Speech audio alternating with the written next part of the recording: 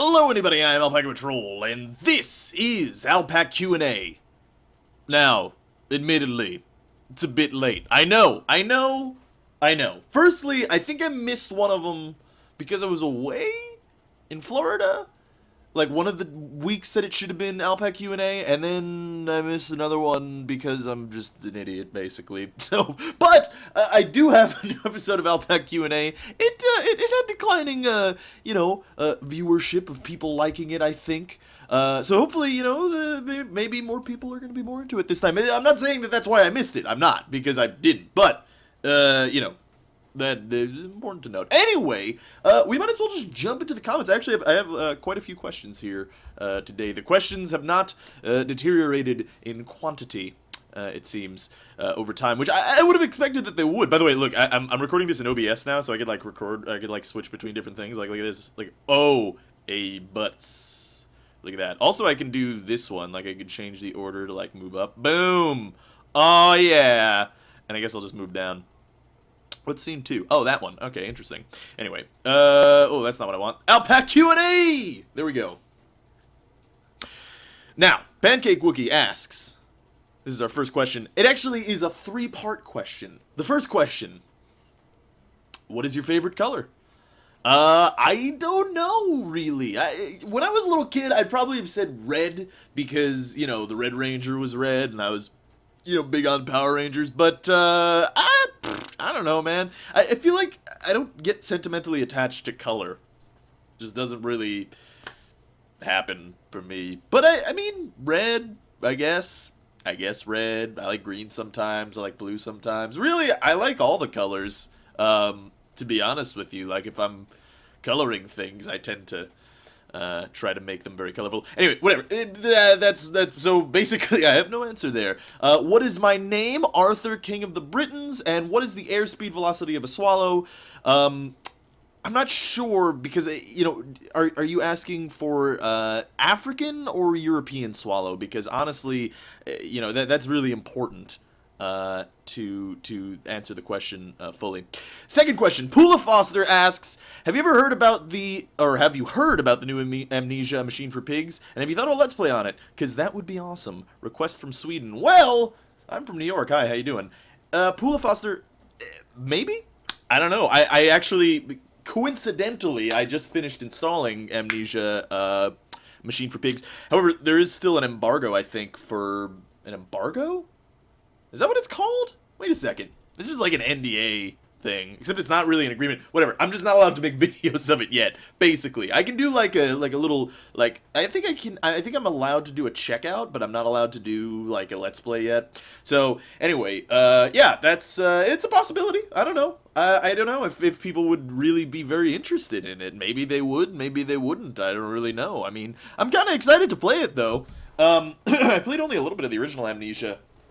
And it was pretty scary, and I like scary games, man, because they actually do straight up scare me, like for serious. I'm pretty scared of scary games. Games are pretty much the only things that can still scare me. Like movies can't, video games, yes. Free Fire 250 asks, what is the exact temperature within the D? Very, very cold degrees Fahrenheit is the exact temperature of the D. Visit Abyss asks, so if you and Dennis made this channel together originally, are you both alpacas? Fun fact about Dennis. Yes, Dennis is also an alpaca. However, he tends to, lean towards his human tendencies a little bit more, I'll be honest. But, yes, Dennis is indeed an alpaca, hiding in human form as I am. As well. Similar to Octodad. Octodad is very similar experience to my life. So, that's a thing. Speaking of which, can we get the developer of Octodad on here to make Alpacadad? Because I would play that game. I would play that game a lot. Well, obviously I would play that game a lot. I mean, I'm alpacapatrol. I mean, what else could I play? If there are alpaca games, I'm going to be playing them. That's basically the truth here. Mr. Fuzzify asks, are alpacas affected from the cold in the D just like people? Yes, indeed we are. You know what's kind of funny about having this late is that, like, jokes from, like weeks ago come back now. So the cold and the D has returned to a joke in the spotlight, it seems, because it was one of those upvoted things. You know, even if I had done this properly bi-weekly, it was probably out of style by then. But I kind of like it. I kind of like it. Moving on, Kitty Cat BFF asks, on a scale of 1 to 10, what would you rate Cam, winky face? I don't really know what scale you're using. You just said it's on a scale. So really, I could just put it at any number and it really wouldn't make, like, 3. Yeah, Cam's 3 on the scale. If you mean, like, the Cam scale of, like, being Cam, probably like a 10. Probably like a 10 for Cam. He's you know, he's probably mostly Cam. In fact, if it's 1 out of 10, then that's 100% Cam. Cam is Cam. So really, on the Cam scale, Cam is just like off the charts. He's Cam. So you know, that's a thing. Me on the Cam scale, however, very low, very low. In fact, I would rate myself as a 0 on the Cam scale in that I am in no way Cam. I'm in fact Rob or alpacapatrol. Really, whichever you prefer to call me by. Next question. We are now connected asks, question for the next Q&A. Obviously, thank you. We are not connected. Do all alpacas have huge dongs, or are you just an exception?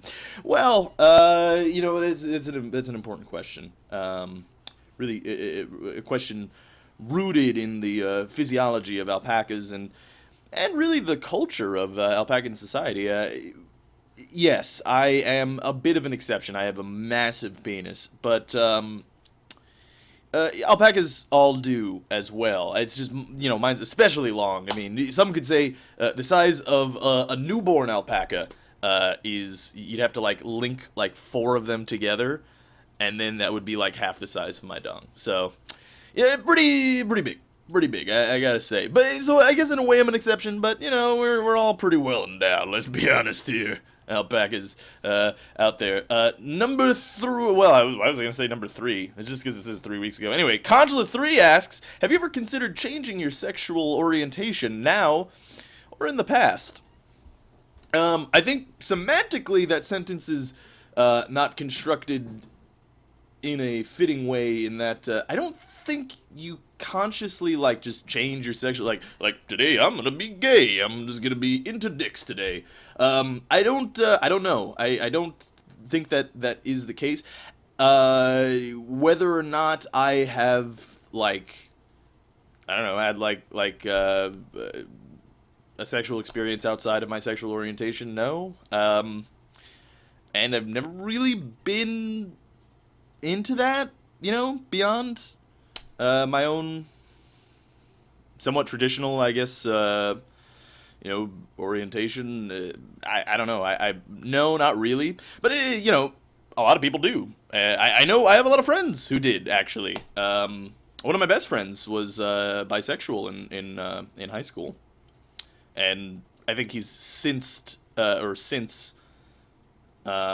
completely heterosexual in his preferences. Yeah, whatever. You know, what's funny is it's like homosexuality and bisexuality occurs in equal frequency in every species of mammalia, which is really funny. Just to think about it, because it's just like, well, it's just like, that is sort of an instinctual thing for a good percentage of any population, it seems. Like, for instance, the 2 gay penguins who raised a baby in Central Park Zoo. It's adorable. I don't know if you guys ever heard that story, but maybe I mentioned it in the last AlpaQ&A, but there are 2 male penguins who were, you know, companions, basically. They you know, did sexy penguin stuff with each other, and, you know, they didn't take female mates, and they couldn't reproduce. But there was an orphaned baby penguin out of the group of penguins, and they basically adopted it and raised it. So that was kind of funny and adorable, and that happened in Central Park Zoo. I've seen them, actually. You really can't tell. I mean, they don't have, like, giant wangs hanging down. Like, hey, look, there's the 2 penguins. Look at them touching dicks there. you know, you can't really see anything, but you know, we're told like, hey, actually they could have just been making that shit up right now that I think about it, because they could just be like, oh yeah, whatever, they're totally gay penguins, you know, whatever, that's cool. I'm sure it could make a story out of it. I mean, who's gonna check? It's like, I don't know about that one. Let me see those penguin dicks for you. Yeah. Do you have any video footage of those penguins banging? Because I'd really like to see that. I mean, for the news story, obviously, not anything else.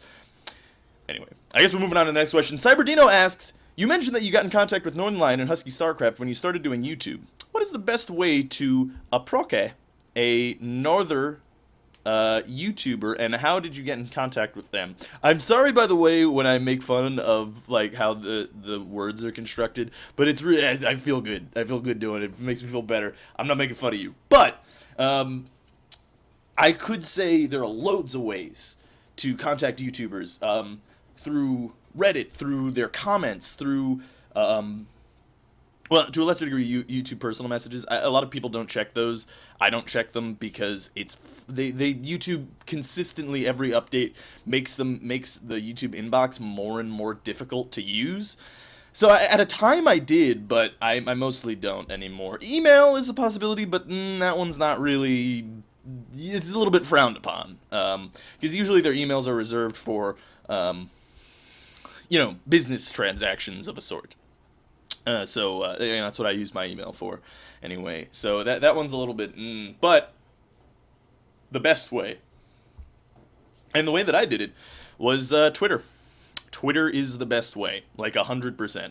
Twitter is sort of like a casual LinkedIn, is how I look at it. It really is. I've talked to a bunch of people, a bunch of YouTubers on Twitter. And yeah, that's how I talked to Northernlion. That's how I talked to Husky Starcraft, initially anyway. And yeah, Twitter's really just the best way. I would very much suggest you get on Twitter. And you know what? It's not that bad either, is the thing. Now, that said, maybe I made it sound like I did it when I just started YouTube. Like, I didn't have like 100 subs when I did it.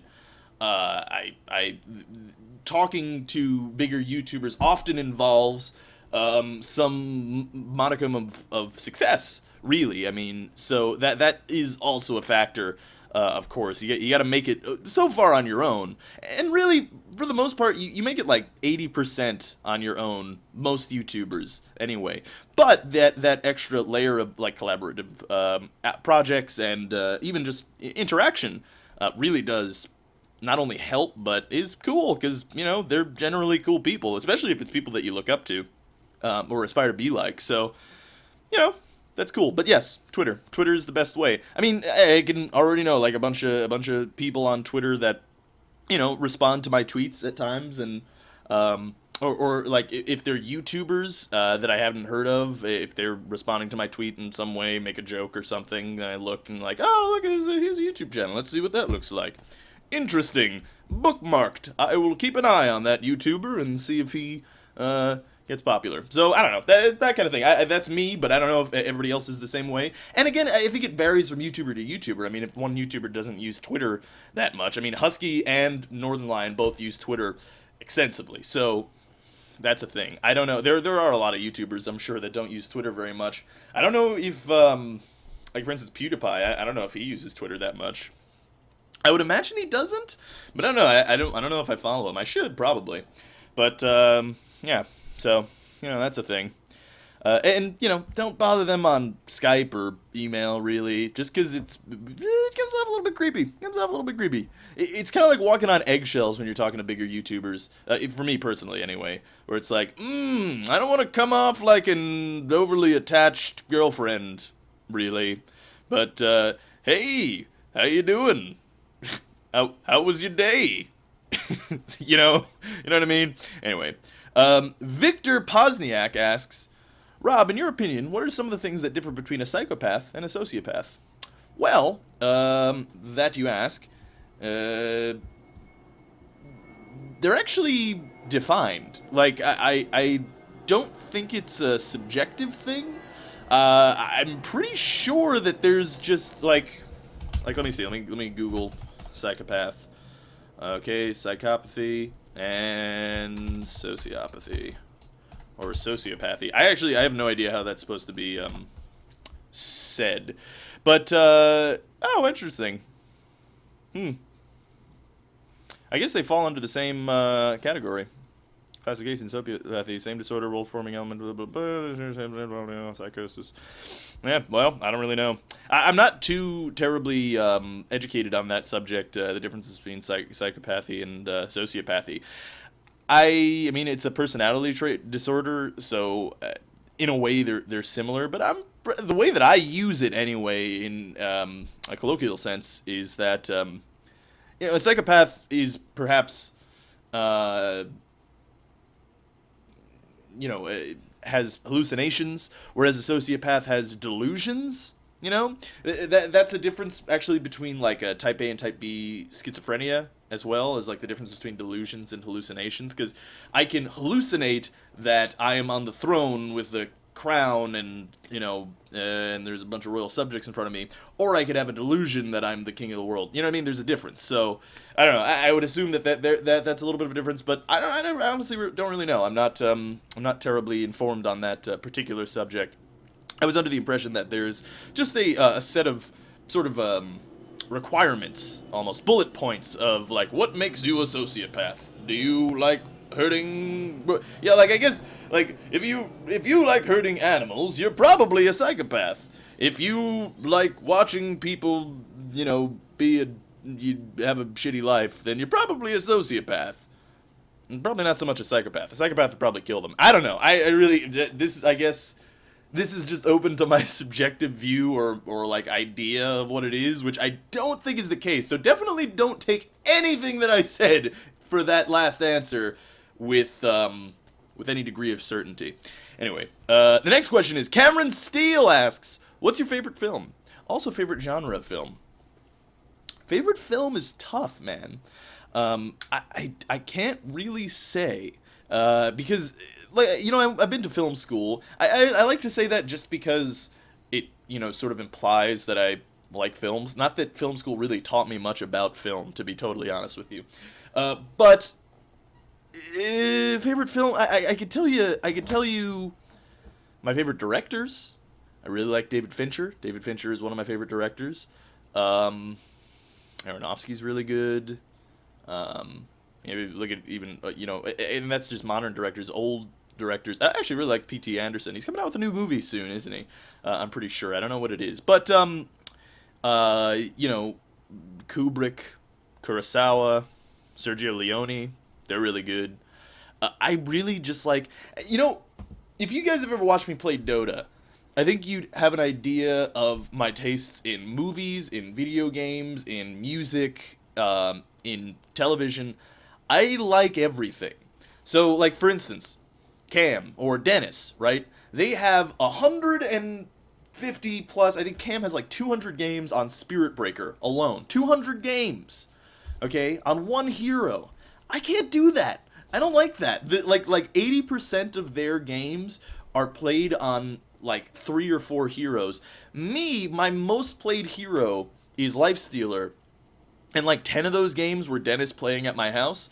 So and I have like 29, maybe 30 somewhat games on Lifestealer. I don't play very many games on the same hero, and that's the thing with movies as well. I don't really just watch one thing. Now, all of this is a big acquiescent cop-out. So favorite film, yeah, I don't know. Let's see, my go-to, like what would I watch if I were really bored, if I had to watch one movie forever? I don't know, Pulp Fiction, probably. That'd be a good one. There's a lot of things to analyze in Pulp Fiction. There's a lot of really good ideas in Pulp Fiction. So maybe that, I guess. So Quentin Tarantino. Favorite genre of film? I don't know. I just like anything that's fantastically based, really. And that doesn't necessarily mean like high fantasy, not like medieval stuff. Although that's cool. Like Game of Thrones, I love that show. That's fantastic.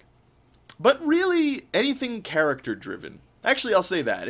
Genre-wise, anything really character-driven. I like people. I love observing people. I used to sit in a park and just observe people for like hours. Just walking by, doing things. It's really fun to do in New York. It's kind of creepy, I guess, when you say it out loud, but, just sit down and maybe draw things and, watch people interact and have relationships, design stories for them. So I like anything character-driven, which is why I really like Breaking Bad. It's a character-driven narrative. Game of Thrones, huge character-driven narrative. When it's something, it's sort of the reason why I really hate modern horror, because it's not really character-driven most of the time. A lot of times, it's even, the villain that you have in horror films today is like this nameless, like, shadow creature that doesn't have any personality or any kind of, idea to him. I don't like that. That's not really scary, really, because it doesn't have any... I don't know, it doesn't have any reality to it. It's just like, oh, well, you might die. Well, yeah, you might. Like, that's, like, random chance says you might die from this crazy killer, and you don't know anything about him, and you'll never know anything about him, and they're not going to tell you anything about him. It's like, yeah, you might get hit in a car, but, you might get killed by a drunk driver. You might, fall off a roof or something. It's just, it seems... kind of innocuous and not really very interesting. Whereas, you could look at, say, whatchamacallit? What's that movie? Inglourious Bastards. Where I think Christoph Waltz's portrayal of the Jew Hunter is one of the most terrifying characters in any film ever. Like, I was scared from watching him in that first scene. It's horrifying. It's terrifying. It's suspenseful. And that's good. That's a good character because he has a face and he has an idea, and his morality, his ethics, his personality is what makes him scary. Not the fact that he kills people, because a lot of people kill people. That's not that scary. That's just life. I don't know. So really, I didn't even answer that question. Sorry about that, Cameron Steele. Llewellyn1989 asks, why do some YouTubers, not you of course, D-Face, get so offended by negative comments? I find it weird that they get tons of nice comments and a few bad ones, and they all point out the bad ones and threaten to stop doing their series and stuff. Not saying that I approve these types of comments, but everyone is entitled to have their own opinion. What are your thoughts on this? Well, it's sort of like, I don't know, it's just sort of like etiquette, right? So, yes, everyone's entitled to their own opinion. Fine. But, like, if you think this guy's a fucking asshole, right? Like say some guy is just, like, a douchebag and you don't really like him, but you don't really have to deal with him. You can just walk away and not talk to him or not be around him. Would you go up to him and be like, hey, I wanted you to know, that you are a total asshole, and I'm entitled to my opinion, so you really shouldn't be offended about me calling you an asshole? That's probably why. Because it's like, the etiquette seems to be non-existent on the internet because of that anonymity. So people think it's like fair game to be like, hey, you fucking suck. I hate you. And you suck at video games, and you suck at life, you just kill yourself. It doesn't really make it feel any better. The thing is, when you put yourself in the public eye, and again, I don't have any delusions of grandeur here, obviously, public eye means like a couple thousand people, which is a lot to me, but it's not a lot to a lot of people, sure. And really, when you look at the comments, I mean, it's like, 50 to 100 comments, so the amount of people even commenting are quite low. But when you get some shitty comments, it just makes you feel bad, It's a lot of people will say that, even if you get one negative comment in 100 comments, that is...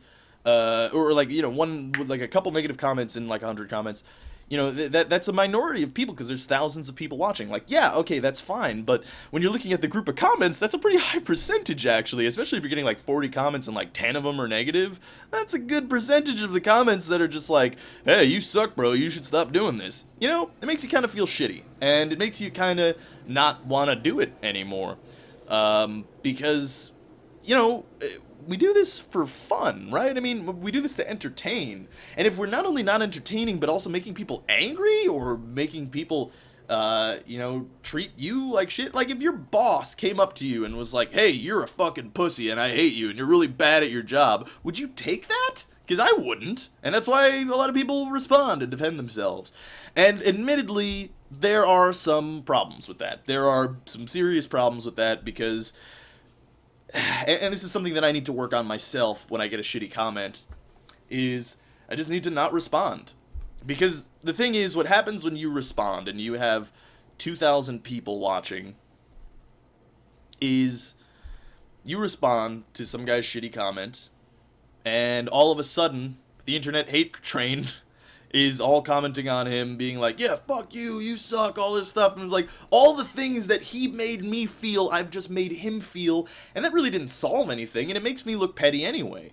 So really, it's kind of just unfair. And, you know, I've heard people say, like, yeah, well, you have a right to defend yourself, and I think, honestly, when you're a public figure, and again, like I said, no delusions of grandeur, public figure just meaning that more than one person sees it, or, like, more than one person will defend you anyway, is that you don't really have a right to defend yourself. Or I shouldn't really have a right to defend myself against shitty comments. I should just let them pass. But, I don't know. I guess there's two sides to the idea. I mean, you could look at Total Biscuit, who, you know, traditionally yells at a lot of people in his comments, and has sort of made a career on that, right, being the cynical Brit.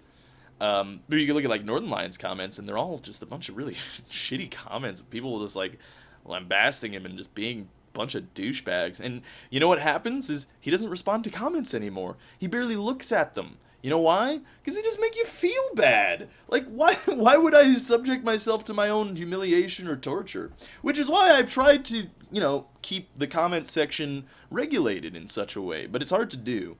So, I don't know. That's mostly why. I mean, especially, like, if you ever had, like a bunch of people coming up to you and telling you how shitty you are, or, like, if you do something stupid and a bunch of people come and analyze and tell you about your mistake and, you know, why you're shitty because you did it, you know, it just doesn't feel good. So that's why, and I get pretty offended by negative comments as well. Not necessarily offended, I guess, but, I don't know, it just makes you feel bad.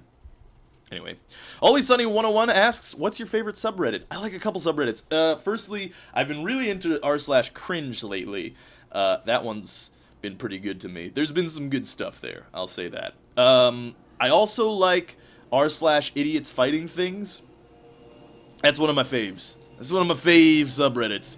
Because basically, it's just what it sounds like. It's idiots just beating up objects and pretty much getting themselves hurt by trying to beat up objects. A good example is that one gif of the kid, like, punching the stop sign and then it spins around and smacks him in the face. Oh god, it's just fun. Idiots fighting things is really good. I actually go to the Dota 2 subreddit a lot, from time to time. Sometimes that actually really angers me, the Dota 2 subreddit, so I stay away a lot of the time. But the Crusader Kings 2 subreddit is great because it's just a bunch of really, really helpful people who aren't douchebags, and really it's a bunch of funny situations that happen in Crusader Kings 2, and all that stuff in the Game of Thrones mod, actually, and then a lot of, like, questions about, like, the little intricacies and nuances of the game and learning. You know, I learned how to like create republics inside your country, which doesn't sound very exciting, but it's cool. So that one's good. And, I don't know what else. What else do I browse regularly? I mean, if I go to a subreddit, it's gonna be, like, Cringe or Dota 2 or Crusader Kings. I don't know, man. I like a lot of things. One True God's pretty good. That's the Nicolas Cage one. 19th World Anarchist, that's pretty good. First World Anarchist is pretty good as well. I do really like First World Anarchist. Basically, it's just like people doing the opposite of whatever a sign says or something. I don't know, I find it hilarious. So that's a good one. But yeah, you know, those are generally my thoughts on what makes a good subreddit. RandomFlick6 asks, Alpaca, what if one of your subs are llamas? I'm totally cool with that, bro. I got no problems with llamas, you know? If you like to watch, you like to watch. Maybe we can have some sort of a more perfect union. By the way, more perfect union. One of the a couple things. Firstly, actually, this is a rant, tangential rant. So the Constitution says, in order to form a more perfect union. More perfect? That is completely grammatically incorrect. You can't say more perfect. Right? Because the idea, the concept of perfection is that it's ultimate, right? That, like, that's the thing. There's no penultimate perfection, right? There's just perfection. There's just, like, a perfect circle. There's no not, like, if if the circle isn't perfect, then it's just not perfect, right? So you can't have more perfect. You can't make the circle any more perfect than it is perfect. You see what I'm saying? Anyway, so more perfect union, that was kind of funny.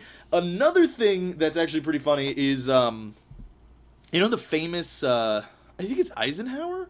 I don't remember who actually said the speech, but it's the return to normalcy. And actually, I always laugh when I hear anyone using the word normalcy. It was in a presidential address, and it's about the return to normalcy, which I think was I think the speech happened like after the first Red Scare, I think.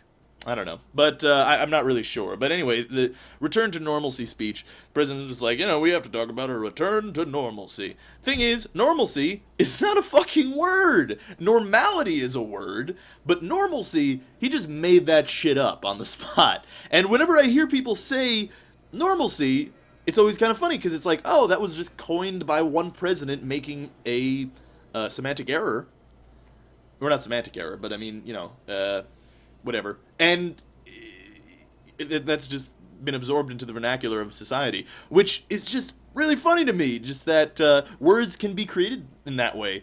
It's just like, well, this big important person made it up, so it's good. Like, for instance, the lexicon. I don't know if you guys ever heard about the lexicon, but the lexicon is Shakespeare's dictionary. And what that means is the lexicon is just a dictionary of words that Shakespeare made up.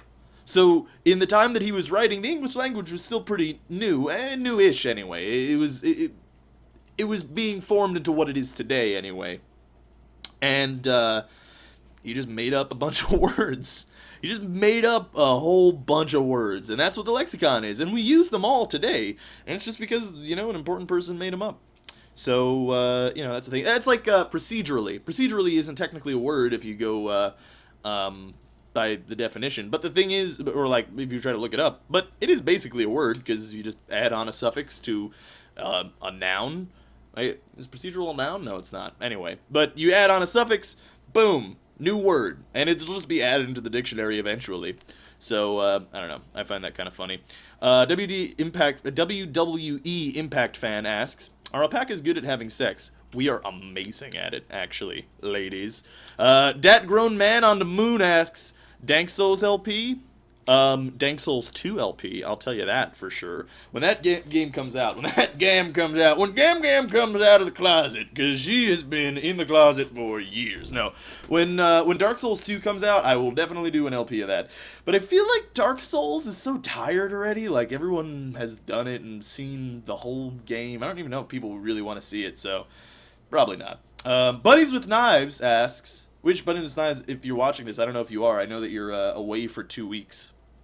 Or 3 weeks or something like that.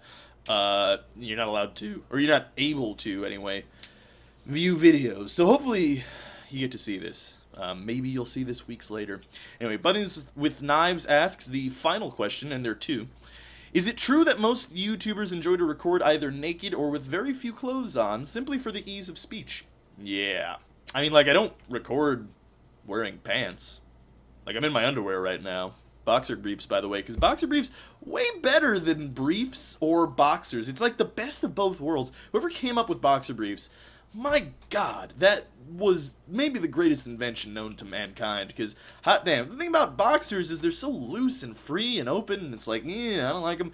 Briefs are just so, like, tight and compact, and you look silly, like Walt in Breaking Bad, but boxer briefs are like, they're like short shorts, and they're comfortable, and they're, they're just a good time. Just boxer briefs are the way to go, man. But anyway, yes, I'm not wearing pants. I am wearing a shirt, because I wear a shirt at home, but, I don't know. Do a lot of YouTubers record naked? Probably.